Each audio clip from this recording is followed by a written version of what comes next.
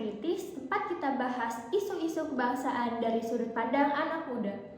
Hari ini kita bakal ngobrolin tema yang sering kita dengar tetapi jarang kita pahami secara dalam, yaitu demokrasi Indonesia antara prinsip dan realita. Saya Nada Syifa Sturaya dan hari ini saya sudah bersama Indi Pustita yang akan jadi narasumber kita. Halo Indi. Halo Nada. Dan halo juga buat semua pendengar Suara Rakyat. Senang banget bisa ikut ngobrol episode kali ini. Temanya keren dan penting banget apalagi buat kita-kita yang masih muda. Langsung aja ya Indi, menurut kamu demokrasi itu apa sih terutama dalam konteks Indonesia? Demokrasi itu sistem pemerintahan yang kekuasaan tertingginya ada di tangan rakyat.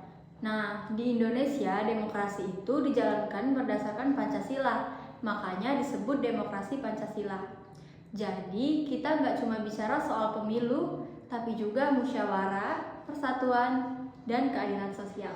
Jadi bukan cuma soal milih pemimpin tiap 5 tahun sekali itu ya? Iya, demokrasi yang sehat itu terlihat dari bagaimana kita bermasyarakat, menghargai pendapat orang lain, dan terlibat dalam pengambilan keputusan sekecil apapun itu.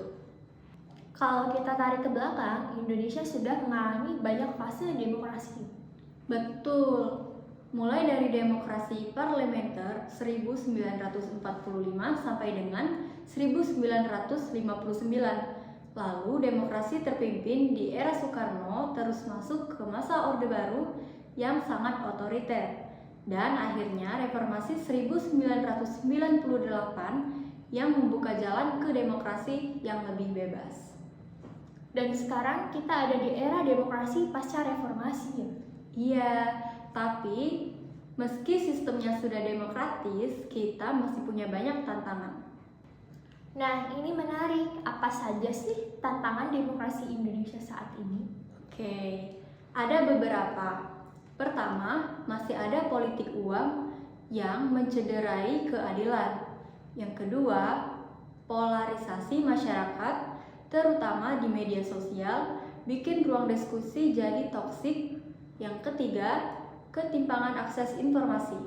Masih banyak masyarakat yang belum bisa membedakan fakta hoaks dan fakta yang benar. Dan yang terakhir, ketimpangan hukum yang bikin orang kecil susah dapat keadilan. Jadi, bisa dibilang demokrasi kita masih banyak PR-nya ya? Iya, tapi kalau kita sadar dan mau terlibat, semuanya bisa dibenahi. Kalau menurut kamu, peran anak muda itu apa sih dalam memperkuat demokrasi?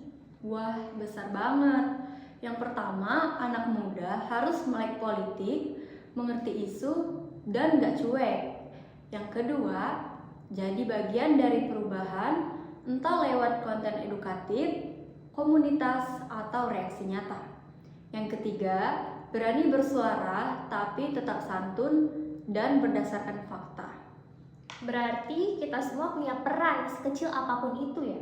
Iya, betul banget. Demokrasi hidup kalau rakyatnya aktif dan anak muda adalah energi utamanya. Sebelum kita tutup, ada 3 pertanyaan reflektif buat teman-teman pendengar. Yang pertama, apakah kita sudah menggunakan hak demokrasi kita dengan bijak? Dan yang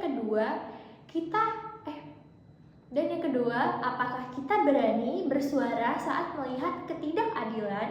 Dan yang ketiga, apakah kita siap menjaga demokrasi bukan hanya menikmati hasilnya? Pertanyaan yang penting banget, Nada, karena demokrasi bukan cuma sistem, tapi juga budaya. Budaya yang harus kita rawat bersama.